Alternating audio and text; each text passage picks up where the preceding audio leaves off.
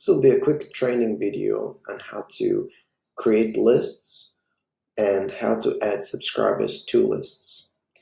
To start it off, let's try and add some new subscribers to a list. So if we want to, we can go to subscribers on the MailPoet, click on either one or multiple subscribers, and clicking on Add to List, we can add them to an existing list.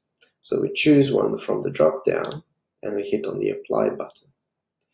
If we want to remove a bunch of people or a single person from a list, we simply click on Remove From List and choose which list we want to remove them from, and then hit on the Apply button. We can also remove them from all lists if we want to, and that will just require us to click on the Remove From All Lists button, but please be wary about that.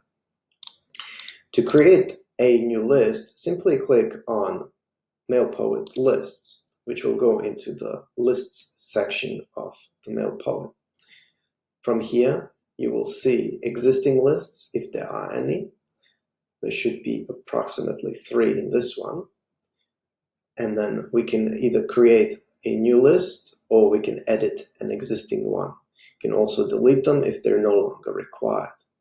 If we want to create a new one, simply click on New List, give it a name, and give it a description, just so you can identify which lists are used for what.